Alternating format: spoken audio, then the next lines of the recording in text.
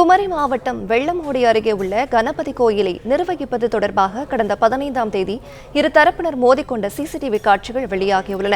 விவரங்களை தருகிறார் நம்முடைய செய்தியாளர் கண்ணன். வணக்கம். இது பற்றிய முழு விவரங்களை சொல்லுங்க.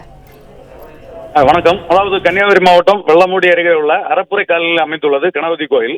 இந்த கோயிலை நிர்வகிப்பது சம்பந்தமாக அதே பகுதியைச் சேர்ந்த சசிகுமார் மற்றும் சுவாமி என இரு தரப்பினரிடையே முன்விரோதம் இருந்து வந்ததாக கூறப்படுகிறது. இந்த நிலையில சுவாமி தரப்பினர் பொங்கல் பண்டிகையை கோயிலில் வைத்து கொண்டாடியுள்ளனர்.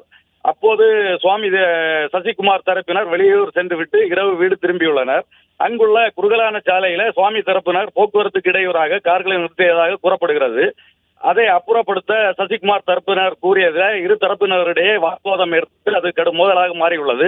மோதலில் சுவாமி தரப்பினர் கத்தி மற்றும் கம்பால் தாக்கியதில் 4 பெண்கள் உட்பட 5 பேர் படுகாயமடைந்தனர். இவர்கள் சிகிச்சைக்காக ஆசாரிப்பள்ளம் மருத்துவக் கல்லூரி மருத்துவமனையில் அனுமதிக்கப்பட்ட நிலையில புகாரின்